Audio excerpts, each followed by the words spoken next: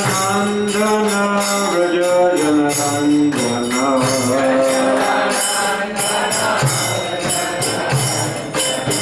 Yamuna Tira Manachari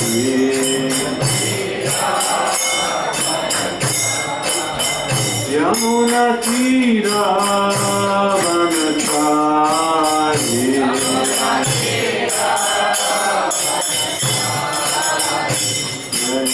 Radha Madhava Kunja Vihari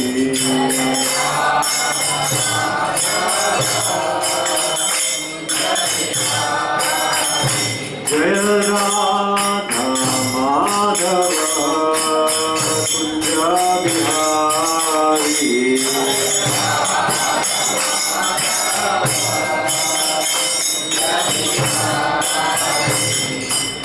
Gopi Janavallabha Giridharadhari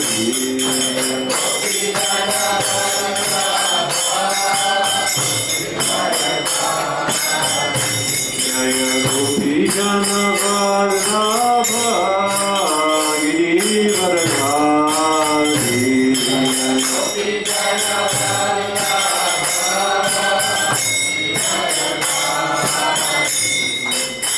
Yashodanandana Raja Janarandana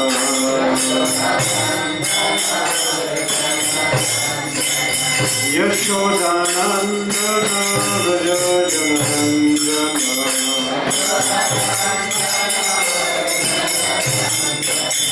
Yamuna Tira Vanachari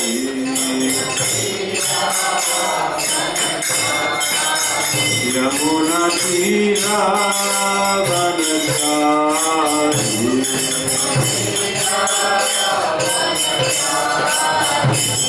Hare Krishna Hare Krishna Krishna Krishna Hare Hare Hare Rama Rama Rama Hare Hare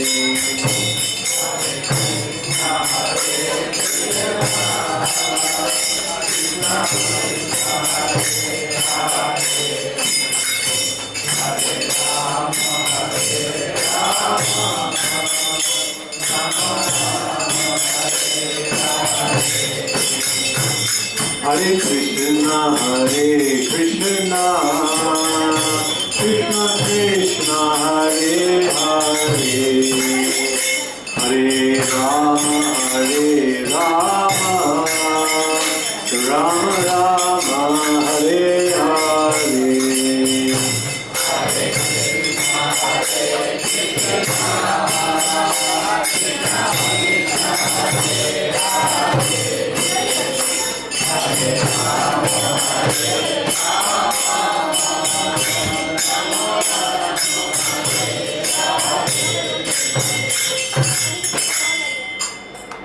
Jai Om Vishnupada Paramahamsa Parivrajikacharya Stotara Shadashvindesi Bhaktivedanta Swami Srila Prabhupada Ki Jai Granth Raj Srimad Bhagavad Gita Ki Jai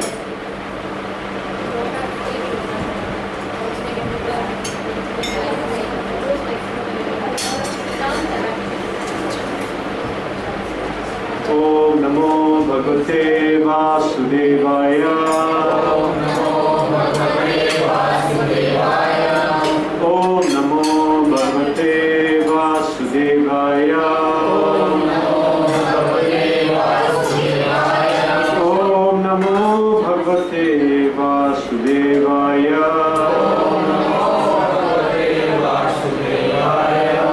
हरे कृष्ण।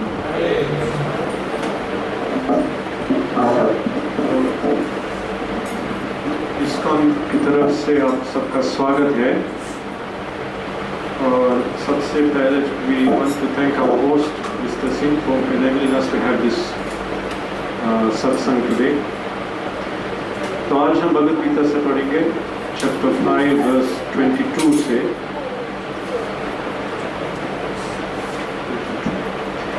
ये ही संस्पर्शजा भोगा दुःखयोनया एव ते आद्यन्तवन्तः कौन्तेय न तेषु रमते बुद्धः। What translation? ये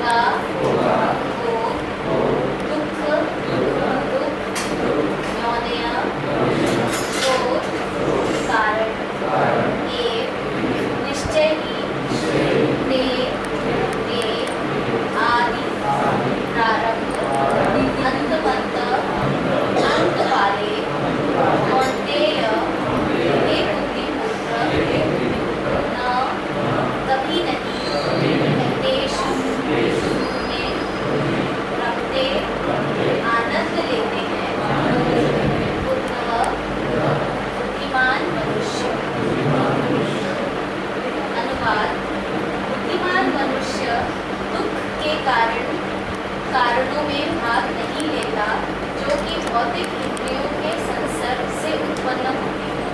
हे कुंती पुत्र, ऐसे भोगों का आदि तथा अंत होता है, अतः चतुर व्यक्ति उनमें आनंद नहीं लेते।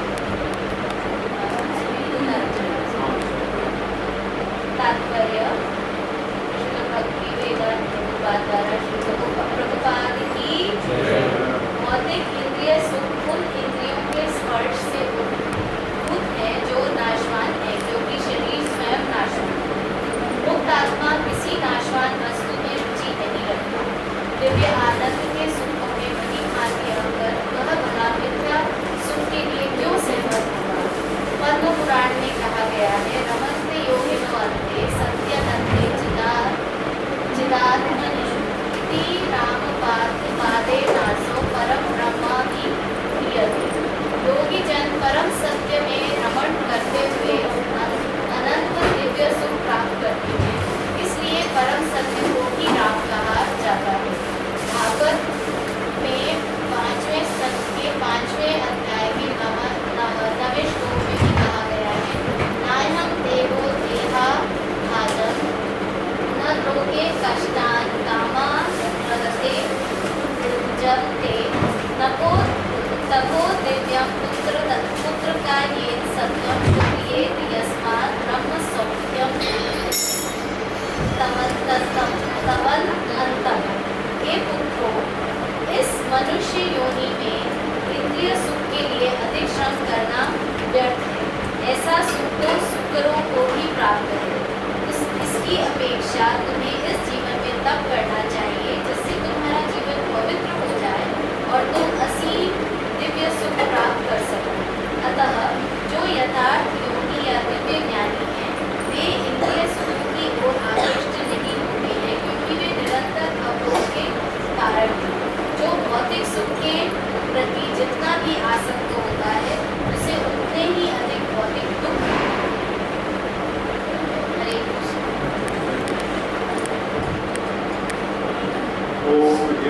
ज्ञानञ्जनस्य ज्ञानञ्जनाशलाकया चक्षुरुन्मीलितं येन तस्मै श्रीगुरवे नमः।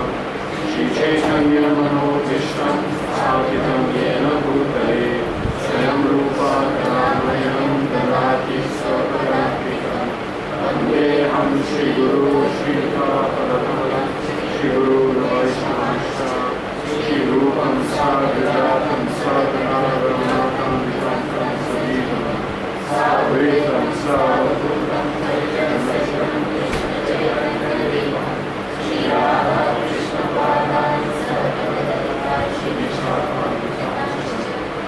कृष्णा करुणा सिंधु दीनबंधु जगत्पते गोपेश गोपिकान्त राधाकान्त नमस्ते तप्त कांचन गौरांगी राधे वृंदावनेश्वरी कृष्णानुसुते देवी प्रणमामि हरिप्रिये वाञ्छाकल्पतरुभ्यश्च कृपा सिन्धुभ्यैव च पतितानां पावनेभ्यो वैष्णवेभ्यो नमो नमः। जय श्री कृष्ण चैतन्य प्रभु नित्यानंद श्री अद्वैत गदाधर श्रीवासादि गौर भक्तवृंद। हरे कृष्णा कृष्णा कृष्णा हरे हरे हरे राम राम राम हरे हरे हरे कृष्णा कृष्णा कृष्णा हरे हरे हरे राम राम राम हरे हरे हरे कृष्णा कृष्णा कृष्णा हरे हरे हरे राम राम राम हरे हरे। हरे कृष्णा।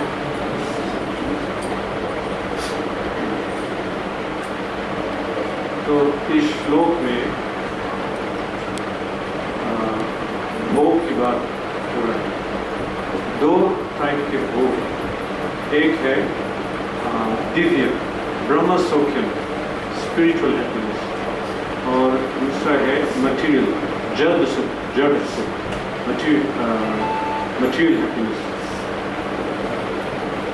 तो इस श्लोक में लिखा है कि जड़ सुख जो बुद्धिमान है वे जड़ सुख he doesn't take part in material happiness, जड़ सुख।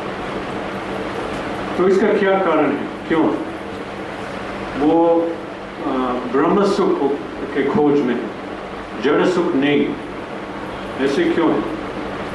तो तात्पर्य में लिखा है कि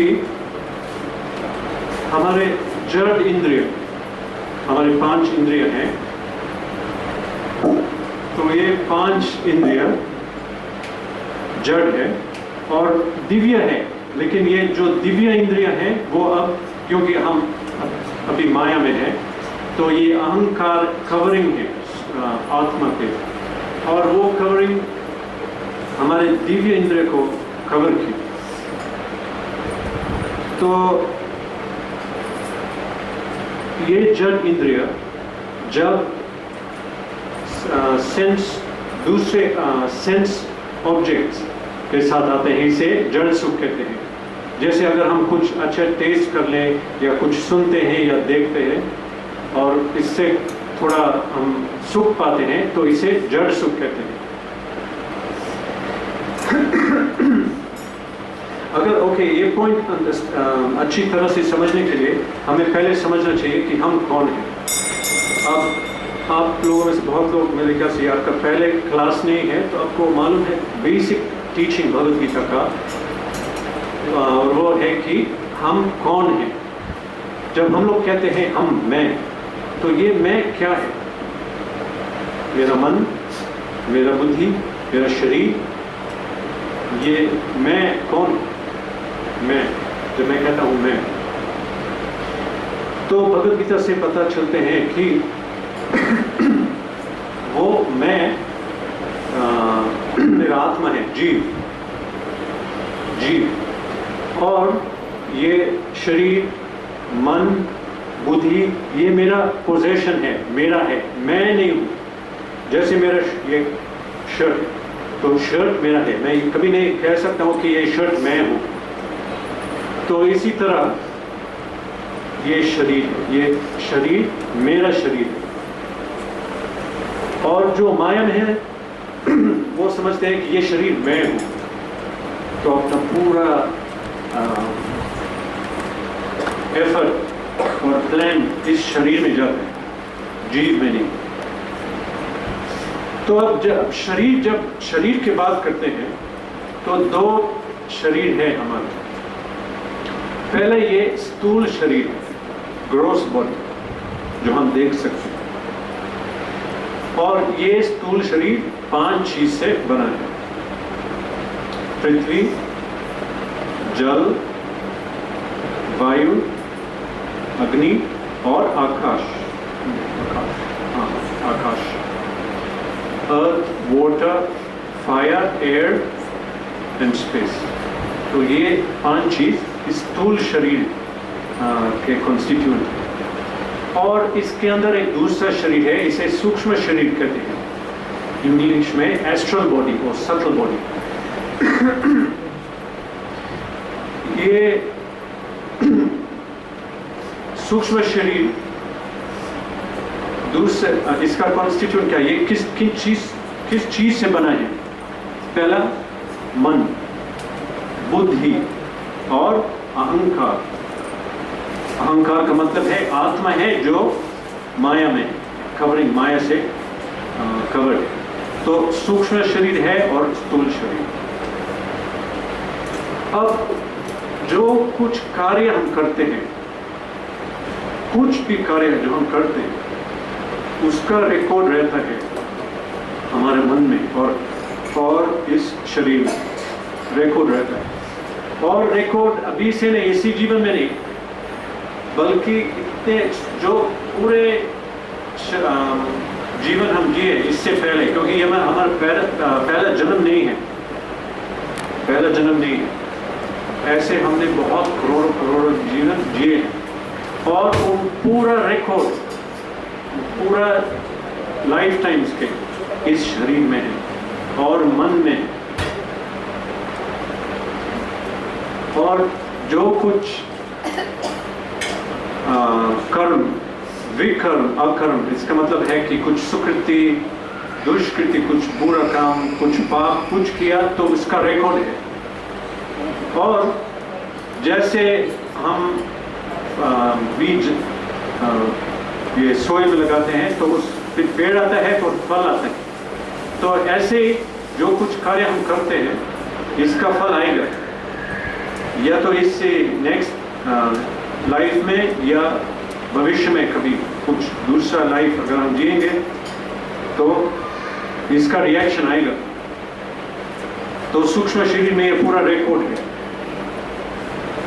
और जो कुछ चीज हम करते हैं, कुछ भी कार्य, तो रिकॉर्ड आता है उसमें। और दूसरा चीज, सूक्ष्म शरीर का शेप बदल जाता है, और ये डिपेंड होता है जो कार्य हम करते हैं, कैसा कार्य कर रहे हैं, और वैसे ये सूक्ष्म शरीर अंदर बदल जाता है। एग्जाम्पल, अगर हम कुछ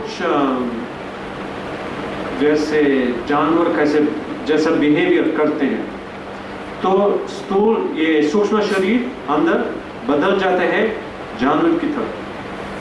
अगर हम दिव्य काम करते हैं, भक्ति करते हैं, तो ये सूक्ष्म शरीर एक्चुअली डिसॉल्व होता है, जाता है ग्रेजुअली, धीरे धीरे।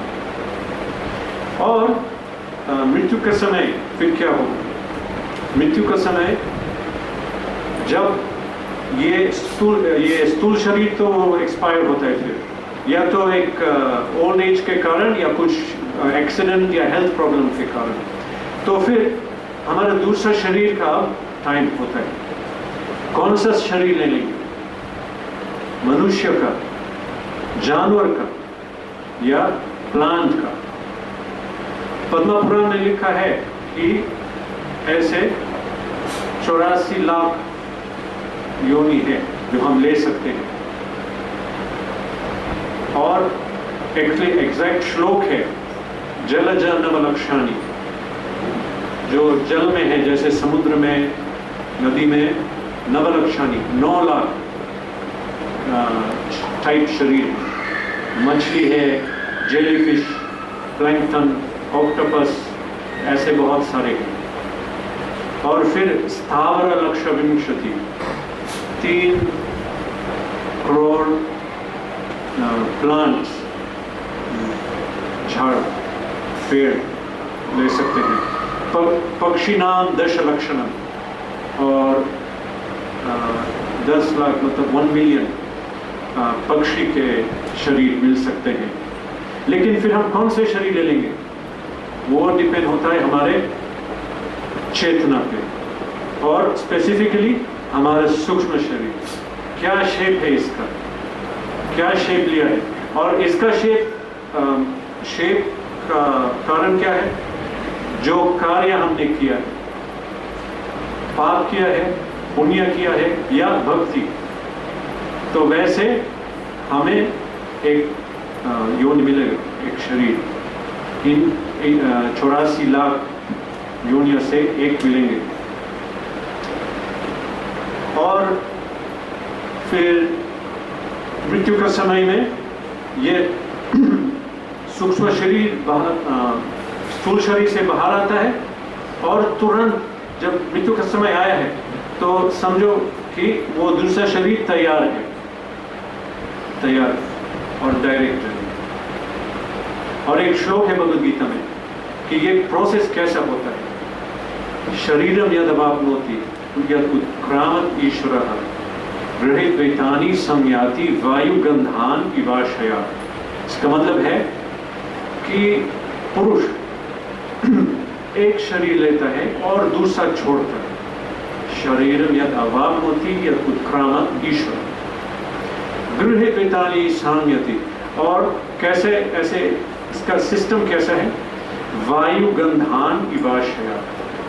जैसे अगर एक फूल है, जैसे गुलाब का फूल, तो फूल के पास एक सुगंध होता है ना, और जब हवा आता है तो वो सुगंध यहाँ से वहाँ तक दूसरा जगह जाता है, पूरा ट्रांसपोज होता है, यहाँ पूरा सुगंध वहाँ जाते हैं। और हम देखते हैं तो फूल तो वहाँ है लेकिन सुगंध यहाँ आता है, क्यों? क्योंकि हवा ऐसे लेकर आते हैं। तो ऐसे ही इस श्लोक में वर्णित है कि हमारा मन और हमारा ये सूक्ष्म शरीर हमारा आत्मा को दूसरे शरीर में ले आता है, और जो भी हमारे डिजायर्स हैं, जो अनफुलफिल्ड डिजायर, आशाएं हैं, भौतिक आशाएं, हमारे इच्छाएं, और हमारे जो सारे कार्य की फल, सब कुछ आते हैं दूसरा शरीर में।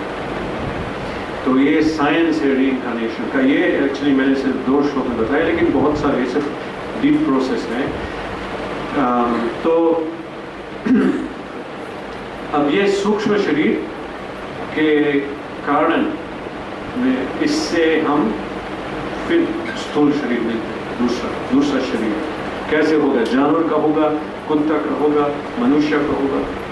तो ये डिपेंड होता है सूक्ष्म शरीर पे। और फिर दूसरा मौका मिलता है हमें जब स्थूल शरीर मिलता है कि फिर से अब हम इन्फ्लुएंस, अपना सूक्ष्म शरीर को इन्फ्लुएंस कर सकते हैं, दूसरा जन्म को इन्फ्लुएंस कर सकते हैं, क्योंकि हमारे कंट्रोल में है, हम जो कार्य करते हैं करेंगे इस जीवन में। अब जब हम कार्य की बात कर रहे हैं, जो कर्म में संस्कृत में हम कर्म कहते हैं इसे, तो ये भी 3 टाइप के हैं। भगवद गीता में लिखा है कर्म मतलब एक्टिविटी, कार्य। एक है कर्म, दूसरा विकर्म, और तीसरा अकर्म। कर्म का क्या मतलब है? कर्म का मतलब है वो चीज जो पापी नहीं है, शास्त्र में लिखा है कि ये ठीक कर सकते हैं। और विकर्म क्या है? जो शास्त्र में मतलब जो पाप है, जैसे चोरी, चोरी ऐसे पाप दूसरे। तो कर्म है विकर्म, और तीसरा है अकर्म। तो वो ये पहले है जो कर्म है और विकर्म, ये दोनों एक्टिविटी से गारंटी है कि दूसरा शरीर मिलेंगे हमें, क्योंकि हम कुछ मतलब इंजॉयमेंट के लिए कर रहे हैं, अपने इंजॉयमेंट के लिए, भौतिक सुख के लिए कर रहे हैं। तो जो कर्म करता है वो जरूर दूसरा शरीर ले। और जैसे मैं कुछ कार्य किया तो इमीडिएटली दूसरा शरीर बन रहा है, उसका रिकॉर्ड बन रहा है। ऐसे तो बहुत साल लग जाएगा, मैं इस जीवन जी रहा हूँ तो मैं भी 10-30 साल के लिए बहुत अलग अलग से कार्य करता हूँ, लेकिन वो 30 साल से बनता है और फाइनली मृत्यु के समय फिर मैं वहाँ जाता हूँ। सो ये कर्म का मतलब अच्छे चीज़, विकर्म का मतलब है बुरा चीज़। कर्म का मतलब है हम कुछ स्कूल खोलेंगे या हॉस्पिटल खोलेंगे, चैरिटी देंगे। और विकर्म का मतलब है चोरी और करप्शन, ये ऐसा चीज़। और थर्ड कैटेगरी है आकर्म। आकर्म का मतलब है इन शॉर्ट भक्ति। और जब हम अकर्म करते हैं मतलब भक्ति करते हैं, इसका मतलब है कि हम जो कर रहे हैं हमारे लिए नहीं कर रहे, अपने सुख के लिए नहीं, भगवान के सुख के लिए कर रहे हैं। तो इन तीनों में से कौन सा अच्छा है? हमें मालूम है कि विकर्म तो अच्छा नहीं है, इसका रिजल्ट अच्छा नहीं है। तो फिर कर्म का मतलब है अच्छा लाइफ जियो, स्कूल, गरीब लोग को खाना दे दो, ब्लैंकेट, चैरिटी, स्कूल खोलो, ओके। तो ये बुरा नहीं है, अच्छा चीज़ है। लेकिन ये भी भगवद गीता के ओपिनियन में सबसे ऊंचा काम नहीं है, क्योंकि भगवान के लिए नहीं है। सबसे ऊंचा कार्य है अकर्म, डायरेक्टली भगवान का वर्शिप, भगवान की पूजा, भक्ति, क्योंकि इससे सब लोग खुश होंगे और भगवान के पूजा से और भक्ति से और दूसरे पूरे हमारे ऑब्लिगेशन फुलफिल होते हैं। श्रीमद् भागवत में लिखा है कि किसी भी मनुष्य का बहुत सारे ऑब्लिगेशन होते हैं। अगर हम इसी ऐसे जीते हैं इसी लाइफ में, तो पहला ऑब्लिगेशन है देवताओं का। सब लोग हम अभी सांस ले रहे हैं, तो इसका मतलब है हमें वायु देव का ऑब्लिगेशन है, क्योंकि हम वायु तो उपयोग कर रहे हैं। दूसरा सूर्य का वो लाइट उपयोग कर रहे हैं। जब स्किन में आता है तो विटामिन डी फॉर्म होता है। तो ऐसे ऑफकोर्स बहुत सारे सिस्टम हैं सूर्य का जैसे हम यूज़ कर रहे हैं। और ऐसे 33 करोड़ देवता के हम यूज़ कर रहे हैं, जैसे वायु, वरुणा, सूर्यदेव, चंद्रदेव। तो हमारा ऑब्लिगेशन है देवताओं का, ये तो एक है। दूसरा है ऋषियों का। अब हम जब भगवत ये वेद का ज्ञान उपयोग कर रहे हैं, तो इसका मतलब ऐसे क्यों आया यहाँ? क्योंकि किसी ने लिखा था और फिर परंपरा में आया था और वो लोग ने नॉलेज को प्रोटेक्ट किया, तब तो आया और हम अभी पढ़ सकते हैं। तो इसका मतलब है उनका भी ऑब्लिगेशन है, ऋषियों का, देवताओं का और अपना पितृ का। अब हमें ये शरीर मिला, तो इसका मतलब है ऑब्लिगेशन है अपने माता पिता और पूरे उनके पितृ। और ऐसे बहुत सारे ऑब्लिगेशन आगे बहुत सारे। तो अगर हम ऑब्लिगेशन सेटिस्फाई नहीं करेंगे तो ये चोर की तरह है हम, क्योंकि हम कुछ उपयोग कर रहे हैं और वापस कुछ नहीं दे रहे। तो एक सिस्टम है वैदिक कल्चर में, एक्चुअली नॉर्मल कल्चर में, कि बहुत पहले क्या होता था कि बहुत सारे यज्ञ थे और रिचुअल्स थे जो सब लोग ऑब्लिगेशन मस्ट है। डेली लाइफ में दिया जलाते हैं, फिर ये यज्ञ करते हैं, वो यज्ञ करते हैं, और अलग अलग से मंत्र थे और ऐसे श्लोक मंत्र हम लोग पढ़ते थे। लेकिन अब कुछ नहीं हो रहा है ना, कोई कुछ नहीं कर रहा है। तो क्या हुआ फिर? इसका मतलब है प्रॉब्लम होगा, नेचर में प्रॉब्लम होगा, सुनामी, टाइफून, क्योंकि देवता